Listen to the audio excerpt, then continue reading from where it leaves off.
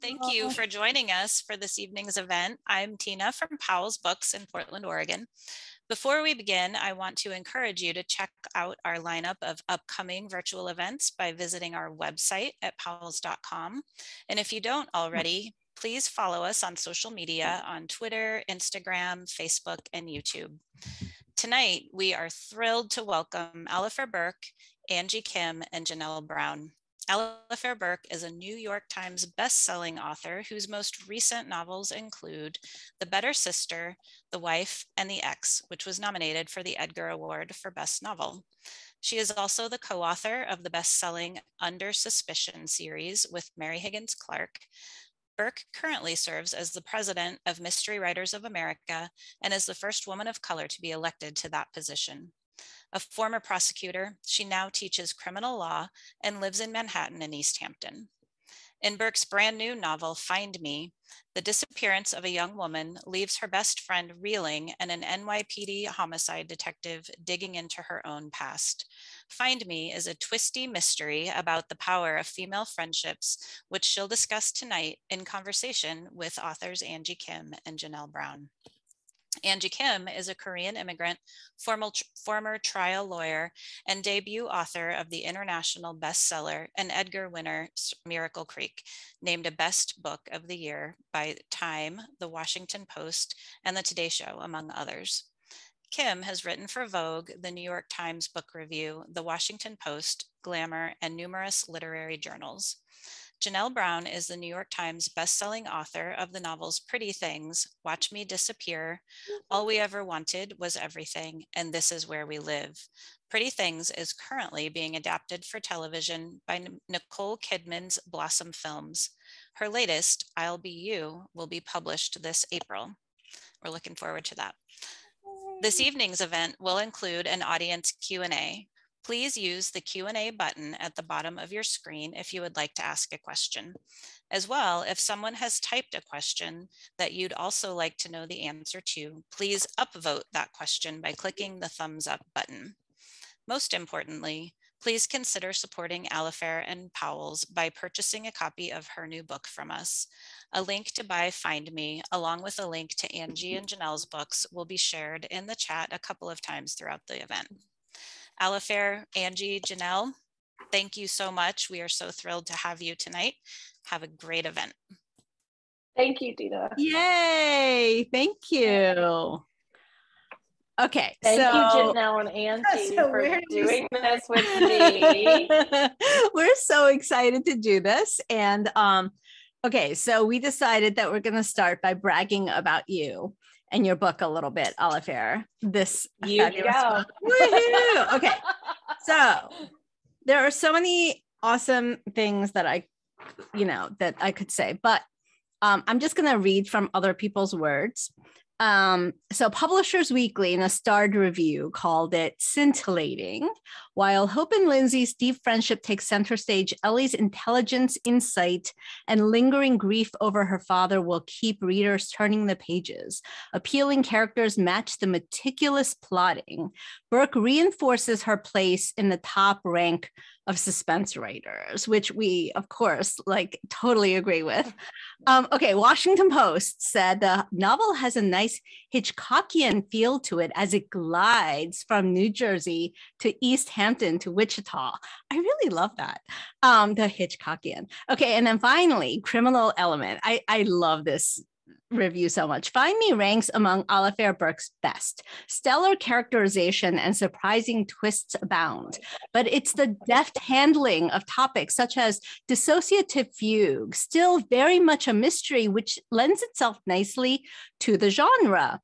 And to a lesser extent, codependency that provides nuance. Further, the skillful melding of new and old should entertain all readers, regardless of their familiarity level with the author's previous work, while the theme of identity will resound with anyone who's ever struggled to find themselves. So, I mean, I'm not sure what else we can say on top of all of that. No, I'm done. That's good. Right. And I think we should just have a little toast to fabulous Cheers, y'all. Woohoo! So, okay. All right. Those of you, okay. Yes. So we decided we were going to also have this be our little cocktail party for the evening. Oh, definitely. So we have our beverages. Thank you very much for that. And it's always, you know, you guys know what it's like to have a new book out, and it's like, it's stressful, but it's also like you want to feel good and you want to celebrate it. So that was very nice of you to say all the nice things. So thank you. Well, it wasn't me. I was just reading. Well, the thing that you said, yeah, Janelle, what were you gonna say? What were you gonna say about me? I was going to come up with a question. I feel like we should probably let people know that we do actually already know each other. Yes, absolutely. Yes. That is probably pretty clear. Yes. So I scanned the names there. There's a lot of regulars out there. So you guys know that I lived in Portland. Like, so that is my like hometown away from my hometown. Like, to me, it's my heart hometown, is Portland. And when I go to Powell's, like, it is always, look, you're never supposed to say what's your favorite. Going to Powell's is always very special for me. And I have never missed a Powell's stop ever. And this is the first time I've not been there in person. And there are people, like, you know who you are, put it in the chat. Like, there are people who are there every single book. It's like, it's a very special stop for me. And so we're not there, but if I'm going to do this event virtually, which I'm doing with like two very close friends, that we're going to make it a nice conversation. It's not going to be stilted. So thank you guys both for doing this with me. I really appreciate it. Yeah, my pleasure. Yeah. Totally. All of our pleasures. Okay. So let's talk about your book. Yes. Okay. So tell us how you got the idea. Like, I mean, you've had so many amazing books. Just give us a little bit of the expert writer's viewpoint. That is fine. So it is an odd book. I am bad at an elevator pitch, you know this. But to me, the main character of the book is someone who goes missing very early on in the book. So to me, the main character of the book is a woman named Hope Miller, and she goes missing, and that's a trope of crime fiction. A woman goes missing. Another trope of crime fiction is someone has amnesia, but I think what's unusual about this book is she, as a very young woman, was in a near fatal car accident. She survived. She turned up in a small town in New Jersey, thrown from an overturned SUV. She survived her physical injuries, but she never regained her memory. She doesn't know who she was in the past. She doesn't know how she turned up in New Jersey. She doesn't know why she was in a stolen car. And at some point, she stops looking for herself. She decides to just accept her present life, and she lives in this small town, and she picks a name for herself. Hope, the name of the town is Hope. Like, she names herself after the town. Like, she's like, I guess this is me now. She accepts the help that she has, and the reader meets her 15 years after this has happened. Like, she is a normal person. She has a job, she has friends, you know, she has an identity for the last 15 years at least, and then she goes missing again. And it's almost like a study in crime fiction. Like, a lot of the themes that come up in crime fiction over and over again are like, can you leave the past behind? Right? Like, usually it's someone who's knowingly trying to leave the past behind. But this idea of amnesia, as often as been used, so like, part of me is like, be patient with me. I know it's about amnesia, but I promise it works. It's this idea of, she doesn't have a choice, right? She was kind of forced to close the door on her past and move forward. And the idea is like, even if even if you don't know the past, can you leave it there, or will it reemerge? So there's that. And it's also the idea of identity, like how can you just choose to be a new person? How do you find your way forward if you don't know who you were in the past? So it was those kinds of ideas that I don't know. It was a long time in the making. Like, I've always been very interested in memory. My senior thesis at Reed College, Portland. My senior thesis that you could go check out from the Reed Library was about the effects of emotion on memory, and like how unreliable memory can be. And so it was one of these things that interested me for a really long time, but I wasn't, a topic is not a story. Like, it was for me, I saw the potential there, and I swear this book was years in the making. Like, I was kind of like, what would I do with it? And then it's kind of a spoiler. Like, Ellie Hatcher appears in the book, who's one of my series characters, but I kind of took one thread of a story I had, and I wasn't sure what to do with it for a book. And then I took this thing that I had about, well, what if a person lost their sense of self and had to move forward and then disappeared again? And those two stories sort of found themselves. And to me, my favorite books that I've written, at least, were ones where kind of two ideas met each other. Like, it's like chocolate and peanut butter. Like, it's like two stories where I'm like, is that, how you have a concept, but it's not necessarily a book? Yeah, definitely. That feeling, like, you kind of need that gut feeling. Like, I can see this being a book. My best books, in my opinion, are like two ideas kind of found themselves. Maybe it's a character and setting or a character and a plot, but these two ideas sort of married each other. And to me, I knew it was a book, and it's one of my favorite books that I've written. So, question. Just curiosity, like, so you've written 21 books, right? Like 8 or 9 of them are series books, or 11, 12? How many of them are series books? There's too many. So you're testing her memory now. There's a Portland series. The Samantha Kincaid series has 3 books. The Ellie Hatcher series has 5 books. I have a series with beloved Mary Higgins Clark that was 6 books, so those are co-authored. And then I have 6 standalones. I'm trying to do the math. I think of this book, this book to me is a standalone, but for people who have followed Ellie Hatcher, like, they'll appreciate her role in this book. Yeah. So how do you, like, I'm curious how you decide? I think the last couple of books have all been standalones, right? Were you ready to move away from series, or like what's compelling to you about doing a series book versus doing a standalone, and where are you at with that right now? Yeah, no, it's such a good question, Janelle. It's it's almost like people used to follow, like, it's almost like you buy an album or a single.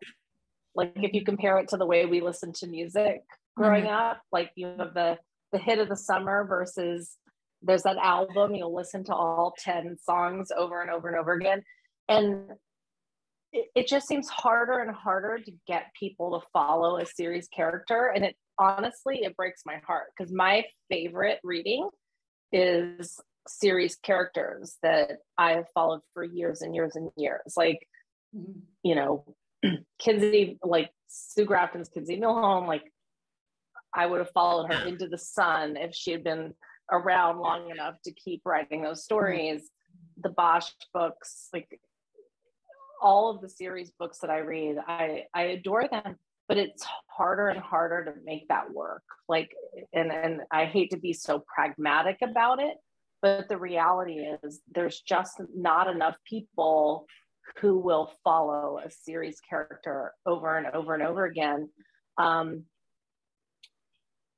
And at the same time, I kind of found the joy of, like, a standalone is a big canvas. It's a one-off.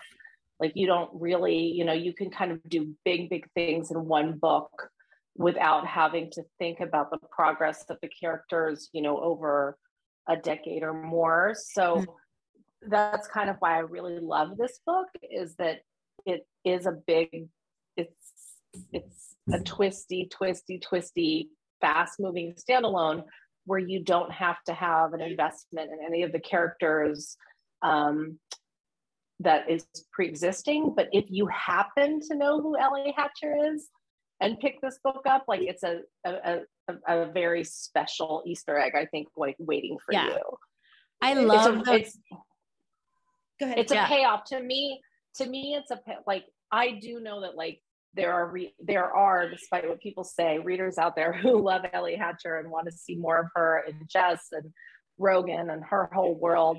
And for those readers who have been like, hey, when's the next Ellie book? Like, this book will pay off for them. But at the same time, if you have never heard of Ellie Hatcher, you don't need to. Like, I think it works both ways. I mean, it's interesting. I thought that was really interesting strategy that you took to kind of implement, like rethinking what it means to be a series books and bringing in like a regular from previous books that you've had. And I feel like we're seeing more of that now in general. Like the Emily St. John Mandel has been doing that with her books as well. Like you have like the kind of like, oh, you're finding characters from previous books in these new books. So it's like, I hate to say this, like Marvel Cinematic Universe kind of. I mean, right. Totally. Like, why can't we create our own world? So when you think about it, like Michael Connelly's LA is its own world, right? Like there are Bosch books, there are Lincoln Lawyer books, there are Ballard books, but they show up in each other's worlds. Harlan Coben does the same thing. Like his Myron Bolitar books, you know, he's not really writing the series anymore, but it's so clear that all of these books that are now TV shows on Netflix, it's the same world and those same characters show up. Like Wynn is there and the lawyer is there. Like, you know, so I think more and more, and I think in a weird way, like television is actually helping novelists have that confidence to be like, people do have an attention span that they will figure it out. Like you don't have to label it. It's just the worlds coexist. Connor French is a really good example as well. Her the Dublin and the Dublin. And I do think that Alafair, you did, because you were talking about how, you know, trying to sort of weave two different things together. And I do think that was really interesting. And I can tell as a reader that this is something, you know, and as a fan, I can tell that this is something that you've been thinking about, you know, for a while, because it does not only the Easter egg with, you know, Ellie, but also, you know, like anybody who knows like where you come from and where your past books have been, the fact that you bring in Wichita, the fact that you bring in East Hampton, you know, where you live, like all of these things, you know, like all of these things just sort of like coming together. And so it does seem like it's the kind of stuff that has been gelling in the back of your mind for a while that you've brought together. And I think that sort of multifaceted approach really shows. And it's, you know, and I think that's one of the things that makes it, you know, fun, that then we do get to sort of catch up a little bit with what, you know, people like Ellie have been up to, you know, and stuff like that. So we just get like that little bit of extra insight into some other aspect of her character. So I started this book, let me think about this. I started it before I wrote The Wife. Oh, wow. I know. 3 books ago? How many books ago was that? 3 books. Yeah. Not counting Mary books. Yeah. Not counting books I co-authored with Mary. So I was doing standalone Ellie. And this book started out, did it? I don't even remember now the origins of it. I think it always was a hybrid kind of book. Like Ellie was going to be in it, but it was kind of going to be told from someone else's point of view. But it's such a sprawling story. I don't want to, please don't make, I don't want to make it sound like it's hard to read. It's not. I have to say, of all my books, this is the one more than any of them that people are like, I can't put it, like, it's relatively short. People, it's a 1-day read for a lot of people. Like, it goes very fast, but to make it feel really fast with that many characters and that many locations, like, I had to really, really, really lock down a lot of story. And so part of it is, so I think we've said what it's about. So Hope Miller appears as a very young woman from a car accident. She survives, but doesn't know where she came from. She lives 15 years kind of creating a life for herself, but then she feels suffocated. Like, she's in this town where everybody knows that she's kind of got this sad story in her past. And she decides, like, I want to venture out on my own and move somewhere where I can be anonymous and live more independently and not have everybody taking care of me and seeing me as, like, you know, a grown baby, basically, like everybody's babying her. And she tries to become independent, and then bad things happen. She disappears. So that the nature of that story is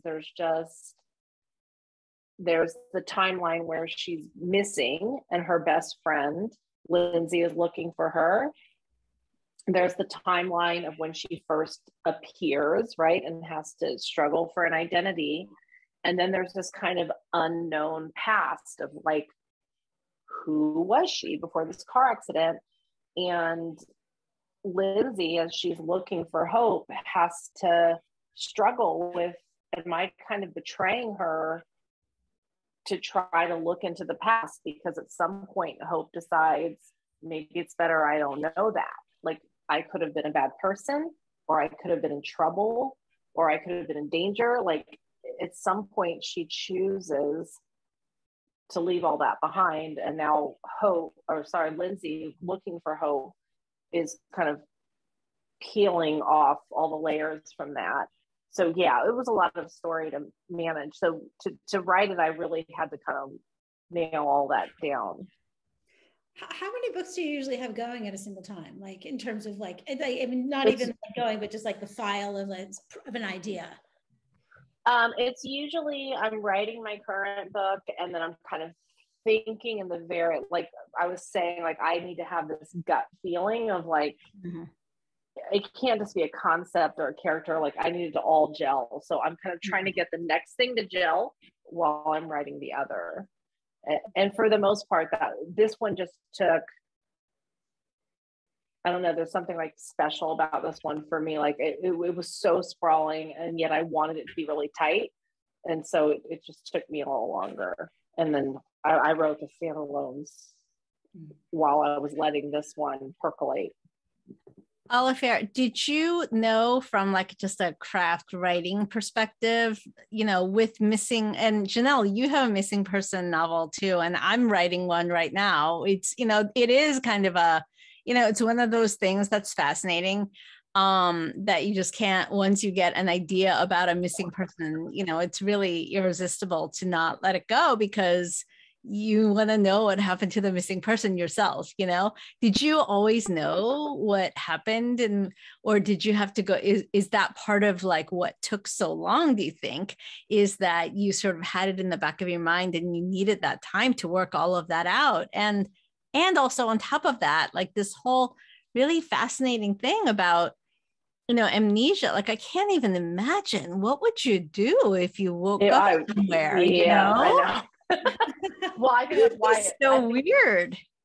I think that's why it took me a while to get my arms around it, is that, you know, I don't write sci-fi, I don't write, like, you know, I write pretty practical, grounded things. And, like, to go into amnesia land for me was a little bit of but it opens up just a lot of possibilities. Like, is it real or not, for example? Or you know, and if you don't remember your past, it opens just a lot. Like, she could have been an angel, she could have been horrible, she could have been a victim, she could have, like, it just opens up a lot of doors, right? So in terms of, like, that decision tree we make of, like, what's going to happen, like, there was a lot of decisions to be made, but it's kind of fun to write it. I don't know what you guys, we should talk about, like, how much do you know before you, like, the book that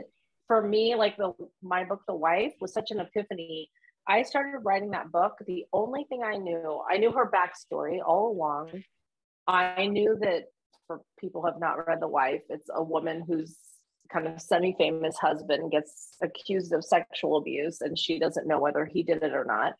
And this was before Me Too, so it was kind of a novel, but it's really kind of a setup.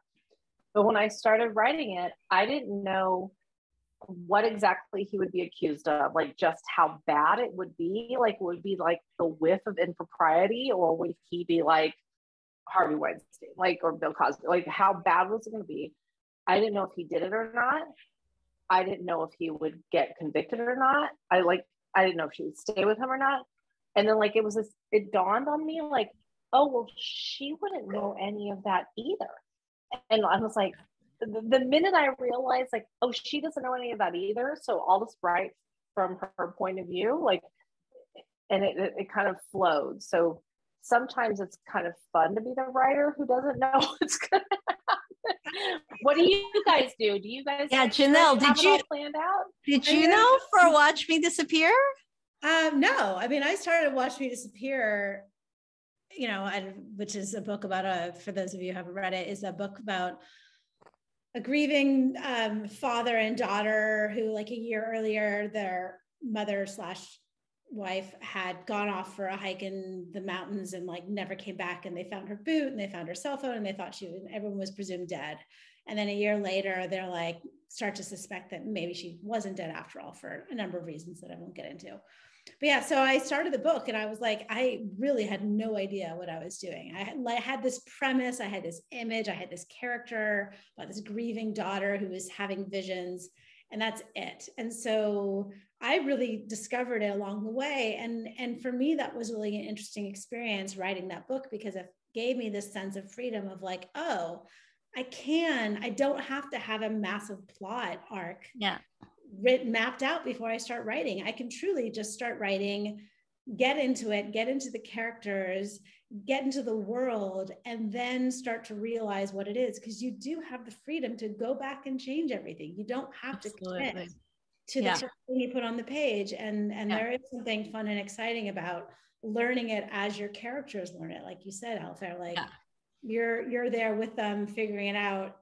And then, you know, that means revisions, a lot of revisions, obviously. But yeah, I mean, I'm starting a new book right now, and I'm kind of in that, like, how much do I need to have known before? I know. Yeah. It's always such a hard decision. Yeah. When do you start? When do you start? I know. Yeah. And Angie, you've been going through this too, right? You've got a new book. Oh yeah. Yeah. No, I mean, I'm writing a missing person kind of, you know, there's a missing person in my current novel, which is my second novel. And that one, I still don't know what I'm like, how many words, 100,000 words into it now. 300 pages. 3 of them are solar. 3 of the words are solar. Yes. No, more than 3, like 6. And Nanillion. Let's not forget Nanillion. I say Nanillion so many times. I'll tell you about this in a minute, right? Yeah. We're going to talk about, we're going to talk about this soon. But yeah, no, I still don't know what happened to the missing person in my novel. And for Miro, and I think it was, and I was very comfortable with it for my first book, Miracle Creek, because that one, there's a fire, and, you know, in the beginning of that book, and there's a courtroom drama element, and we don't know who set the fire or why or how until the very end, until 80-90% of the way through. And the entire time I was writing that, because it was my first novel that I ever even attempted to write, I had this huge sign on the wall of my writing nook that said in all caps, "This is not a novel," or "This is not a book." Because I was reminding myself, because I thought I had heard from a lot of people like that they were that their first novel attempt, that they would write it, and then it was their practice novel, and then you would put it away in a drawer, and then the next novel was your real first novel. And so I was like, oh, I can do anything with this. So I have 7 POV characters in my novel, in my debut novel, which is stupid and crazy. And, and I was like, well, who cares? I'm just like learning, different characters' voices. And I had no idea who like did the fire. And I was like, that's fine. Who cares? It's fine. I'm just like learning the craft of writing a novel or whatever. And then by the end, I was like, oh, okay, I think I know who did it now. And, just in time to write the scene. It was so cool and sort of revelatory and not at all stressful, which of course it is so stressful now. And then you wrote an amazing book. Yeah. You wrote an amazing book as you practice. Right. My practice. Well, I think that's the key, is that you don't get stressed about it. So you feel free to like experiment and do all these things, right? Yeah, that's true. Janelle, when you wrote your first book, was it kind of just for yourself? I mean, I was a professional writer in the sense that I'd been a journalist for a long time. So I had my eye on publishing for sure. But at the same time, it was like, so I felt like I was such an amateur. I did not know what I was doing, and I was stabbing in the dark, and I was having a lot of fun writing it. And so I kind of didn't think too much about what it was and what it needed to be. And there was a freedom in that. And much like Angie said, like I kind of just wrote it. It is the most freeing. Yeah. It was so much fun. And then I sent it to an agent, and then, oh my God, I sold. And it was kind of like, yeah. And then there's really kind of nothing like that first book. Yeah. Book is the best. And then the second book, you're like, oh shit. Okay. Yeah. Let's not talk about the second book right now. Let's stop. Angie. Stop. It's gonna happen. It's gonna happen. Wait, but Alafair, I need to ask you another thing. As a huge Mary Higgins Clark fan, as well as a huge your fan, what was it like working with her and writing? Like, is it a different experience writing with someone else? I mean, obviously with Mary Higgins Clark, but also just the act of co-writing, Yeah. And, I know you're right. It's 2 different questions. I mean, look, co-writing, like Angie, you're a lawyer. You had to co-write briefs with people. Like co-writing with the wrong person is like getting stabbed in the eye for 24 hours straight. I still have to pinch myself, but like, oh yeah, I co-authored 6 books with the Queen of Suspense, Mary Higgins Clark. I still don't even understand how that happened to me. Like I've had many, many great experiences in this life so far where I'm like, as a child, I never would have believed that was going to happen, but that is way up there. But it went from like the first time we met, it was kind of just more like she would be talking and I would have to like focus because I'm like, because instead I would just be like, oh my God, I'm sitting with Mary Higgins Clark. And I'm like, focus, listen. And then like one of our first writing meetings, like, look at any picture of her. She was always gorgeous, hair, makeup, a Escada jacket, jewelry. I'm a freaking ragamuffin, and like I met with her like one of our first writing meetings. Like I knew that I was wearing socks that had French bulldog pictures on them, and I was just like, I gotta be me, she's gonna be her, whatever. But we worked so well together. Like I can't describe it. Like we would, and this is where your 2 questions kind of meet up. Like the advantage of working with another person, like television writing, they have writing rooms for a reason. One person can only come up with so much. If you have a room, if you have other people, someone has a great idea and they can only take it so far, and then they might hit a wall with it, and someone else could be like, oh, but then wait, what if this happens? And it's just kind of passing that baton. And she and I got very good at kind of passing that baton back and forth, where like magic would happen. Like we would be talking things out so fast that I was kind of the note taker, that I would, as fast of a note taker as I am, I would just be like, oh yeah, this is good. So I really miss, I miss that collaboration, obviously. But yeah, but it was, I think I learned a lot from her. It's just, she kind of, I think sometimes as writers, we're encouraged to be like very artistic and just, you write for yourself and you write kind of purely and don't worry about the rest. But she did all of that, but at the same time, like, there are very few people who are blessed to have had an audience of loyal readers for more than 40 years. Yeah, it's amazing. And she knew her readers, right? And she kind of was very, very loyal to them. She's like, I know what my readers want. And as much as I think sometimes writers are dissuaded from writing for other people, like, you shouldn't be like, look, if you're a brand new writer, right, you shouldn't be writing for like a trend, or I think this is what, movies will sell, or something like that. It shouldn't be for that crass purpose. But when you have a 40-year loyal readership, there's nothing to criticize about.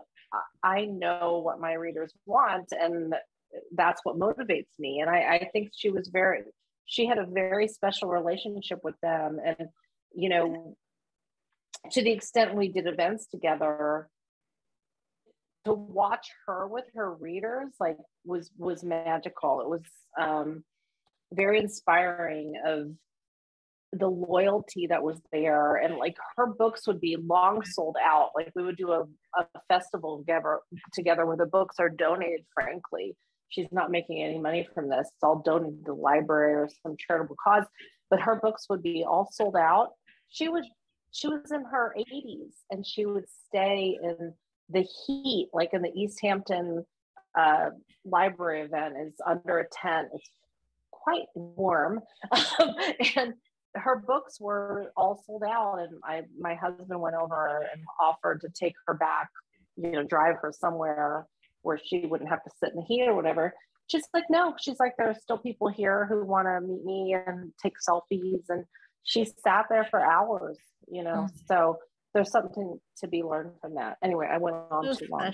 So special. Yeah. I mean, and I think it's so interesting about that is that it's like before even the age of social media, because now I feel like in the last couple of years, we've had so much more connection with readers than before. I know so much more about who my readers are, and at least some of them, the ones who are on Instagram. Yeah, the most vocal, probably. My Instagram readers, Bookstagrammers, who some of who are here, I think. Like, I know what they like because I hear from them, and I hear like this very clear feedback. Like, and you see what people post and you see people say, and marketing departments now have this very granular, at the publishing companies, this very granular feedback of like what people respond to in ads that they post on Facebook. Oh, well, that's good. Yeah, they have to. So you have all this intel now that you didn't, like Mary Harkins Clark era. Like, that was just her putting her feet to the ground and going to bookstores and seeing. Well, I think that's the thing. I hate to say it, I'm more in that era. Like, this is my first book out where it's almost all virtual, and I feel very lost, which is why the familiar names in the chat are like making me feel very grounded, because I kind of came up through that traditional route of in-person with bookstores. So the virtual stuff is somewhat new to me, but it is amazing. Like, just, there are people in other countries who can watch. It doesn't have to be in real time, Yeah.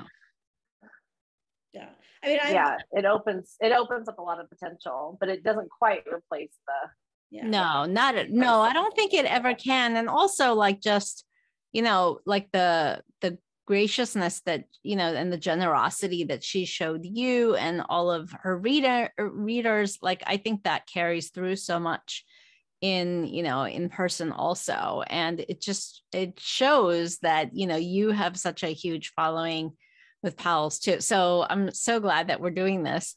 But actually, speaking of your following, somebody was asking if you wouldn't mind, because it's now 9:40 and we do have a couple of questions. And also we do have someone, Tricia McLean, who asked if you would read something from your new book, which is a fabulous idea. I can't believe that Janelle and I didn't think of this. Alafair, well, I never know what people want to read. No, okay, we love that. How about just a little bit? The only reading I have marked off is like 3.5 minutes. Is that too long? No, that's great. That's perfect. Really? Okay. Yeah, and then we'll have 15 minutes for Q&A. That's great. Okay, all right. Because otherwise I would only read this, which is the newspaper article when she gets in her car crash. But it's written like a newspaper article, and that's not very fun. So this is 15 years later. She's comfortable in her life as Hope, but I like this little section because it shows that even though she's kind of settled into her new normal, nothing for her is really normal. So even getting gasoline. So a single man smiling at a single woman alone at a gas station at night, he could be flirting. Hope didn't think of herself as pretty per se, but how many times had Lindsay called her a magnet for male attention? Or he could be suggesting that she smiled back, the nonverbal version of those comments men let fly so freely around total strangers. Smile, honey, it's a beautiful night. Or she wondered as she risked another glance in his direction, this particular man might know her. Was this simply random eye contact from a stranger, or the reflexive smile of a person who thought he recognized her? She imagined him saying, "Hey, aren't you?" She pushed the thought away. He was simply one of those guys who smile at strangers for no reason at all. One of the many downsides of, I'm going to skip that. As she climbed into the front seat of her Honda Civic, Lindsay's car, technically, like her credit card, she noticed Jeep guy finishing up as well, sparking her anxieties again. He seemed to move too fast, both in terms of how long it had taken to fill the tank of an SUV and how quickly he maneuvered himself behind the wheel. She started the ignition, not bothering with her seatbelt until she was out of the station and onto the service road. In the rearview mirror, she saw the Jeep follow, making the turn from the station without slowing. She merged onto the LIE. So did the Jeep. She tried to tell herself that most of the cars in the area were on the same route. She stayed in the right lane, waiting for him to pass. But 2 miles later, he remained directly behind her. He wasn't exactly tailgating, but not even an attempt to pass. Maybe the types of friendly people who smile at strangers for no reason are the same oddballs who, like her, obey the speed limit at all times. Her grip tightened around the steering wheel when the Jeep's headlights followed her off X70. She scolded herself. Stop wigging out. He's just one car. A different set of headlights suddenly appeared in the left lane, maybe a quarter mile back, closing the distance. As the new arrival cruised beneath a street lamp, she could see that the vehicle was a police car, white, lights on the roof. Her foot immediately moved from the gas pedal to the brake, her eyes drifting involuntarily to the speedometer. She was now 10 miles an hour beneath the speed limit. Going too slow, like going too fast, was good cause for a traffic stop. She gave the engine more gas. The Jeep was still on her. Maybe if she were a different person, she would tail the cop in the white car, or even barrel past him on the right, triggering a stop. She could explain it was all because of Jeep guy with the worrisome smile still following her after 9 miles. But Hope didn't have that luxury. Her explanation for not having a license at all, or a registration, in her name at least, could lead to worse allegations: intoxication, insanity, a stolen car, something. So Hope maintained a perfect 45 miles per hour through Manorville, waiting for the cop to pass. The police car was 2 lengths behind her before she realized that what she assumed were overhead lights was actually a luggage rack mounted on a regular old Chevy sedan. Jerk, she whispered to herself. There should be a law against strapping stuff to white cars. Jeep guy finally turned off the main road once they hit West Hampton. All that worry for nothing. how many times had her imagination gotten carried away during the last 15 years. She was so relieved that she didn't give a thought to the white pickup truck that replaced the Jeep in her rear view mirror. So I like that excerpt because it shows I think it's universal to women that just some guy smiling at you at the gas station alone at night, like, sets your imagination off, especially if you're a crime writer like we are. But she also lives her life in limbo. She doesn't have a legal driver's license. She can't rely on the police the way white women, at least, can rely on the police. And she also lives in this place of limbo that, somebody who's undocumented, for example, lives in. Like, she doesn't have legal status. So it makes it harder for her to live her life, but also when she goes missing, it makes it harder for her friend to try to find her. Like, so one of my favorite, like, just, it's a small little detail, like, her friend is smart and her friend is trying to figure out, like, okay, so how do I find my friend? The things that, so Janelle and Amy and Angie, if you go missing, I will look for you, but I know what I would do, right?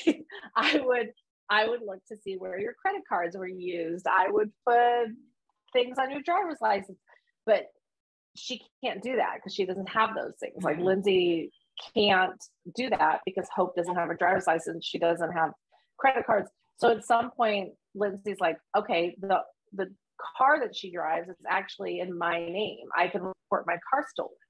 But then you're setting her up that if she gets stopped, it will be confrontational. So it just makes the search for her a lot harder. And I also think that excerpt just shows what it's like. She's living with this paranoia at all times. So yeah. We have a couple of other questions. Janelle, do you want to read the first one? I was going to say, so there's a kind of a long question here. So I'm just going to read the first bit. Sorry, just put my glasses on and I just realized I can reflect here. Woo, that was a lot. As an attorney, did you interview people whose memories of events were impacted by adrenaline brought on by that event? I'm going to not read the rest of it. It's very, very long. But no, I'm reading it. Hi, Lynette. Also sending you a virtual hug. So no, I didn't necessarily interview people, but like I said, I do a lot of I'm putting on my academic hat. Please don't fall asleep. So I'm still a law professor, and part of what I write about as a law professor is wrongful convictions and the sources of them. And so one of the main contributors to wrongful convictions is mistaken, well-intentioned, but mistaken eyewitness testimony. And I think that you mentioned adrenaline going into that.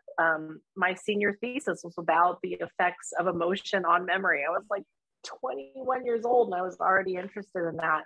So I think that any kind of cognitive researcher and all of the empirical data suggests that, our memories, as amazing as human memory is, like, I can still remember the lyrics to pretty much any new wave song in the 80s. Like, as accurate and as vivid as our memories can be, they are fragile and unreliable and manipulable, much more than most people realize, right? Like, your lay sense is when you say, like, I'll never forget that face, and all of the evidence suggests that you can really manipulate people's memories.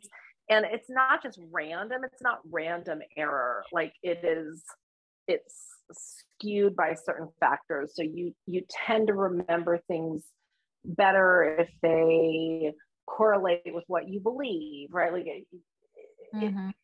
it's all very, very fascinating. So even though I didn't really interview people, it's been kind of a lifetime interest of mine about memory. Yeah, so you already know. I mean, but what Olga says here in her question, it's really like, I didn't realize it was that drastic. Her talking about she couldn't remember shooting in a simulation, a perpetrator afterwards. Like that seems, because that seems like the kind of thing, you know, it's one thing not to remember a face. It's one thing not to remember a name. Like I don't remember anybody's names. So, you know, but but not to remember like an act that you did, like shooting someone. No, there are, because of that's that I didn't know that. That's fascinating. No, yeah. Wow. In police involved shootings, and I think that she's talking about a simulated thing, which I've done too. Yeah. But in real police involved shootings, there were officers will say, like, I think I might have fired my gun, and it'll be that they emptied their gun. It's just people react on impulse, and you're not, you know, the less intentional something is, the more likely you won't remember it. Right? If it's an impulse, if it's an instinct. Yeah. Wow.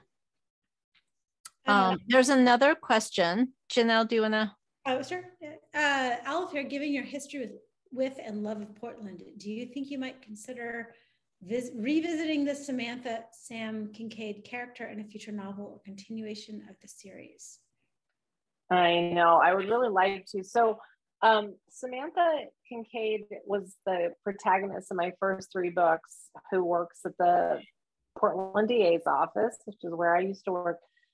She does reappear in a short story called The Mother, which is in a Mystery Writers of America anthology edited by Lee Child called Vengeance. But she has not been in a book since then. I think at this point, it would have to kind of be a cameo to some extent, the way that Ellie is more than a cameo in Find Me, but it's a way to kind of find these series characters back in my current books. I think, you know, I'll be very transparent. It's showing how the sausage is made. Like, I love those 3 books. It got very hard to tell gripping stories from the perspective of a prosecutor, because of just like more and more people want to read stories from the perspective of people who are very personally affected. And a prosecutor's not even the police officer, right? They're one removed from that. Like they're just the lawyer, right? Proving what happened. And I do love those books, and I found a way to make her personally involved in those first 3 books, but it got harder and harder to make her the center of the story, as opposed to just a neutral bystander litigating the case, you know, after the fact. Yeah. It was hard. It was a hard point of view. It was a hard point of view to, you know. Yeah, I can definitely see that. The lawyer from my first book is making an appearance definitely in the second book that I'm writing right now. And a lot of people, like in book clubs and stuff, say that that's their favorite character. And she's one of my favorites too, just because she's like badass and it's fun to see her in court and all that kind of stuff. It's hard to keep it going though. It's but I can see her having that functional role, but that's very different from having her be the center of, you know, the book or whatever. Yeah. Maybe it's me being too true to reality, but it's hard to make a prosecutor the center of the story over and over and over again. I will say what I think I've managed to do pretty successfully with Sleight of Hand is, so the X is a standalone, where the main character is a defense attorney who has always borne some guilt about a failed relationship that she had, and she is asked to defend her the ex, right? So that's very much her book. She is the main character in that book. Right. But she is a badass criminal defense attorney in New York who's super good at her job. And in The Wife and the Better Sister, she is the defense attorney for those people who are personally affected. So no one's ever called it. It's not a series at all, but you know, it's what we were talking about, that these people all exist in the same world. Yeah. So I have found a way for her to come back into the books, but no one calls it like an Olivia Randall series. Like, it's just more that she had her one book and then she appears or whatever. But it just shows that it makes me happy that people apparently really did miss Ellie Hatcher, because I never imagined this problem-ish, but this is totally a standalone. It never dawned on me that but there are people who are like, oh, it's a 6th book in the Ellie Hatcher series. I'm like, no, it's not. Like, but she's an important part of it. But to me, it's not a series book, because to the extent she's in it, it's not Detective Ellie Hatcher working a case. Like, she's kind of in it sideways from a personal perspective, but she's a character. But yeah, so I'll fight that to the death. It is not a series book, it is standalone.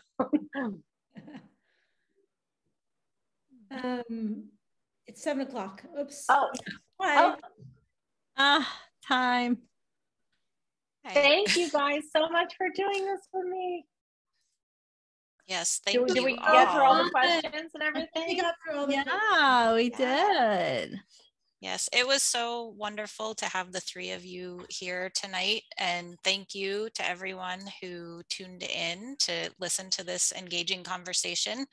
I happen to love crime dramas and mysteries, so thank you.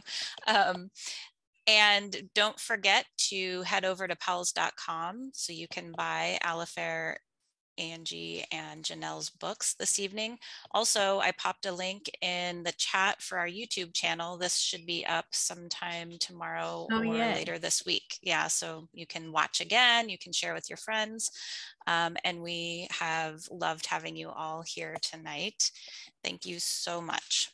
Thank you so much for hosting us. And before you end, can we just do a quick screenshot with all of our findings? Oh, wait. Okay. Let's do Who's going to screenshot it? I'm going to do it. Who's doing it? I'm doing it. Okay.